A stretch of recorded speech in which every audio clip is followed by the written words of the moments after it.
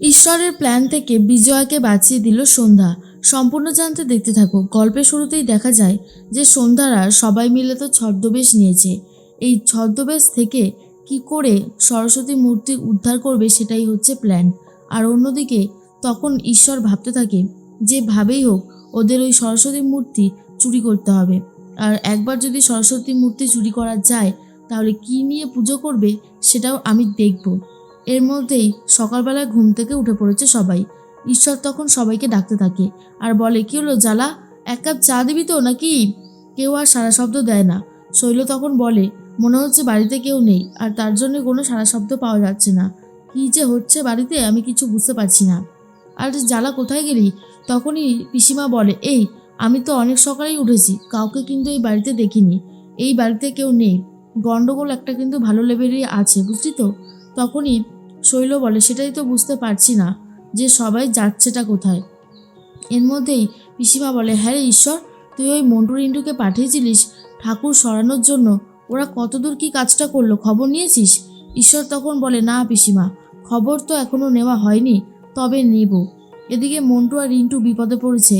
সন্ধ্যারা বারবার করে বলে গাড়ির মধ্যে নাকি মন্দির আছে, গাড়ি খুলতেই হবে। কিন্তু তারা তখন বলে, গাড়ি খুলবো না, বলছি তো মন্দির নেই, কেন শুনতে চাইছো না কথা? এরপরেই রিন্টু তখন বলে, আরে বাবা, এদের ঝামেলা আমার আর ভালো লাগছে না। মন্টু ঘুমিয়ে পড়ে। এরপরেই সন্ধ্যা বলে, যতক্ষণ না গাড়ির ওটা খোলা হবে তাহলে আমরা এখান থেকে যাব না, আমরা দেখে তারপরেই যাব। গ্রামবাসীরা এসে বলে, আরে বাবা, দেখিয়ে দিলেই তো হয়, না দেখানোর কারণটা ঠিক কি? আমি তো সেটাই বুঝতে পারছি না। মন্টু রিন্টু বলে, এই রে, একে একে গ্রামের লোকজনও আসতে শুরু করে দিয়েছে, কি করব এখন? কিছুই তো বুঝতে পারছি না। কিছু একটা করতেই হবে, কিন্তু কি করব? আর তখন বিজয়া বলে, কি হলো, দেখাও দেখাও বলছি। তখন গ্রামবাসীদের চাপে পড়ে এরপরে গাড়িটা খুলে দেয়। আর তারপর বলে, এ বাবা, এখানে তো সরস্বতী মূর্তি রয়েছে, ভোলে বাবার মূর্তি তো নেই। তখনই সন্ধ্যা বলে, দেখি দেখি দেখি, এই তো আমাদের সরস্বতী মূর্তি। প্রধান মশাইয়ের গাড়িতে সরস্বতী মূর্তি পাচার হয়ে যাচ্ছিল, যাতে আমরা আজকে পুজোটা করতে না পারি। এরপর যখনই ছদ্মবেশগুলো খুলে ফেলেছে তখনই অবস্থা খারাপ হয়ে গেছে। আর অন্যদিকে ঈশ্বর ফোন করেছে রিন্টুকে আর বলে, কি রে, কত দূর হলো? রিন্টু ভয়ে আর কিছু বলতে পারে না আর বলে, এই তো দাদা, যাচ্ছি যাচ্ছি, গ্রামের একদম শেষ সীমানায় পৌঁছে গেছি। আমি না তোমার সাথে পরে ফোন করছি, কথা বলছি, ঠিক আছে? বলেই ফোনটা কেটে দেয়। পিসিমা তখন বলে, কি হলো, কি বললো ওরা? ঈশ্বর, চুপ করে আছিস কেন, বল। ঈশ্বর তখন বলল যে এই তো ওরা পৌঁছে গেছে, ওরা এখন গ্রামের একদম শেষ সীমায় পৌঁছে গেছে, তুমি চিন্তা করো না, যা বলেছিলাম তেমনটাই হচ্ছে। আর সন্ধ্যা তখন বলে, আমাদের মূর্তি নিয়ে কালটি মারা হচ্ছিল তাই না, যাতে আমরা পুজোটা করতে না পারি। আমি না তোদের কাউকে ছাড়বো না, এমন উচিত শিক্ষা দেবো না ভাবতেও পারছিস না। আর তখনই গুন্ডাগুলো তাড়াতাড়ি করে পালিয়ে যায়। এরপরেই মনে মনে ভাবতে থাকে, যা হলো সেটা তো ভালো হলো না। তখন বিজয়া বলে, বৌমা, আমরা তো সবাই ঠাকুর উদ্ধার করতে চলে আসলাম, ওইদিকে তো পুজোই হয়নি, কি হবে এখন বলো তো? মানে প্যান্ডেলই হয়নি, তাহলে পুজোটা হবে কি করে? সন্ধ্যা তখন বলে, সেটাই তো ভাবছি, কিছু একটা ভেবে উপায় বার করতে হবে। অনেকে এসে বলে, জানো তো, অনেক গ্রাম থেকেই মেয়েদেরকে আসতে দেওয়া হচ্ছে না, ইচ্ছে করে পুজোতে আসতে দেবে না বলছে। কি করা যেতে পারে? সন্ধ্যা তখন বলে, পেয়েছি, একটা আইডিয়া তো পেয়েই গেছি। আর তখনই বিজয়া বলে, কি বৌমা? সন্ধ্যা বলে, আমাদের গাড়িটাই হবে প্যান্ডেল, আমরা এই গাড়ি নিয়েই সবার বাড়ি বাড়ি পৌঁছে যাব। কথাটা শোনা মাত্রই বিজয়া তো খুব খুশি হয়ে যায় আর বলে, দেখ দেখ মেজো, সন্ধ্যা কিভাবে একটার পর একটা বুদ্ধি নিজের মাথা খাটিয়ে বার করছে, যেটা আমার এত ভালো লাগছে। নীল তখন বলে, এই আইডিয়াটা তো একদম ভালো বলেছেন, এটা তো আমার মাথাতেই আসেনি। সন্ধ্যা তখন বলে, আপনার মাথায় কি করে আসবে বলুন তো ভণ্ডবাবু? শুনুন, আপনাকে এসব নিয়ে ভাবতে হবে না, আপনি শুধু গাড়িটা চালানোর ব্যবস্থা করবেন, ঠিক আছে? এরপরেই ঈশ্বরের কাছে খবর যাচ্ছে। ঈশ্বরকে খবর দেওয়া হয় যে কিছুতেই আমরা মূর্তি নিয়ে পালাতে পারিনি, তার আগেই সন্ধ্যারা ছদ্মবেশে এসে সবটা শেষ করে দিয়েছে। আর তখন ঈশ্বর খুবই ভেঙে পড়ে। পিসিমা বলে, কি হয়েছে ঈশ্বর, চুপ করে গেলি কেন, বল। আর তখনই ঈশ্বর বলে, আরে বাবা, শুনলাম মূর্তি নাকি ওরা সরাতে পারেনি, তার আগেই সন্ধ্যা বিজয়া এরা ছদ্মবেশ নিয়ে নিয়েছে আর মূর্তি উদ্ধার করে ফেলেছে। তখনই পিসিমা বলে, কি অবস্থা, আমি বলেছিলাম না সন্ধ্যাকে মাত দেওয়া এত সহজ না।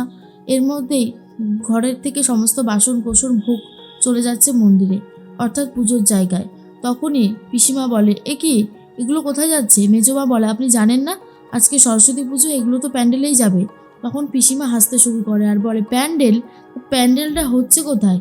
শুনলাম বাঁশি তো নাকি গায়েব হয়ে গেছে।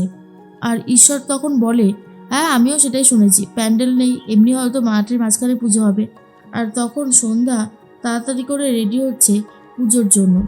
তখন ঈশ্বর বলে, এ কি তোমরা এখন? ঈশ্বরকে সন্ধ্যা বলে, কেন আমরা কি আসতে পারি না নাকি? আমরা একদম রেডি হয়ে বাড়ি থেকে বেরিয়ে যাব, তারপর পুজো শুরু হবে, বুঝেছেন?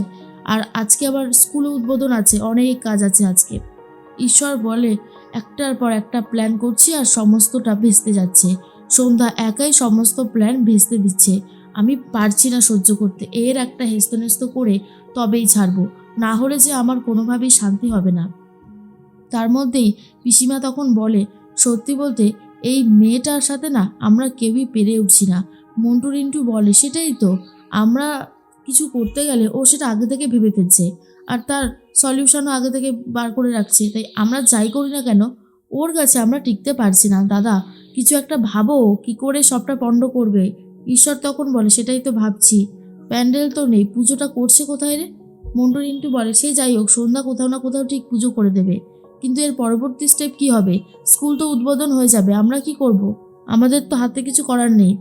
ঈশ্বর বলে, উদ্বোধন হতে দিলে তো আর হওয়ানো যাবে না, কিছু একটা করতেই হবে। কি করব সেটাই আমি এখন ভাবছি। এর মধ্যেই বিজয়া বলে, বৌমা রেডি তো? আমরা তাহলে পুজো করতে যাবো এবার, তাই তো? সন্ধ্যা তখন বলে, হ্যাঁ আমরা বেরোবো। পুজো টুজো করে আসা হয়ে গেছে, সবাই মিলে রেস্ট নিচ্ছে। আর তখনই বিজয়া বলে, একটু পরেই তো নাইট স্কুলে যেতে হবে, চলো আমরা আবার নাইট স্কুলের জন্য প্রস্তুতি নিয়ে নিই। ঈশ্বর বলে, কি করি? কি করে আটকাবো বিজয়াকে? বিজয়াকে যেতে দেওয়া যাবে না।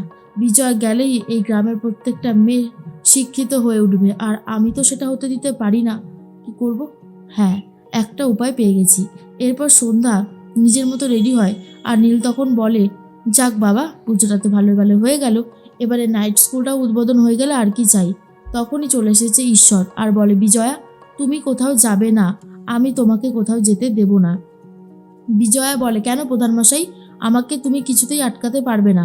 আমি যখন বলেছি যাব, তো আমি যাবই যাব। এরপরে ঈশ্বর বলে, আমার মাথার দিব্যি থাকলো, তুমি যাবে না, যদি তুমি যাও তাহলে কিন্তু আমার মরা মুখ দেখবে। কথাটা শোনার পরেই খুব খারাপ লাগে বিজয়ের। এরপর সন্ধ্যা এসে বলে, কি হলো মাঠান, দাঁড়িয়ে আছেন কেন, আসুন, যাবেন না? তখন বিজয়া সবটা খুলে বলে সন্ধ্যাকে। সন্ধ্যা বলে, বাহ, আমি উপায় পেয়ে গেছি, যেতে বারণ করেছে, মুখ দিয়ে কথা বলতে তো আর বারণ করেনি। এরপর মাইক তো অনেক দূরে দূরে লাগানো রয়েছে, চোঙগুলো। আর তখন মাইক নিয়ে সন্ধ্যা বলতে থাকে, আমরা এখান থেকেই আজকে সমস্ত পড়াশোনাটা শিখব। এখান থেকে মাঠান যেমন যেমনটা বলবে তেমন তেমনটাই কিন্তু করতে হবে। আশা করি আমার কথাটা আপনারা সবাই বুঝতে পারছেন। আর এইভাবেই কিন্তু সন্ধ্যা পুরো পড়াশোনাটা এখান থেকেই শেখানোর ব্যবস্থা করছে।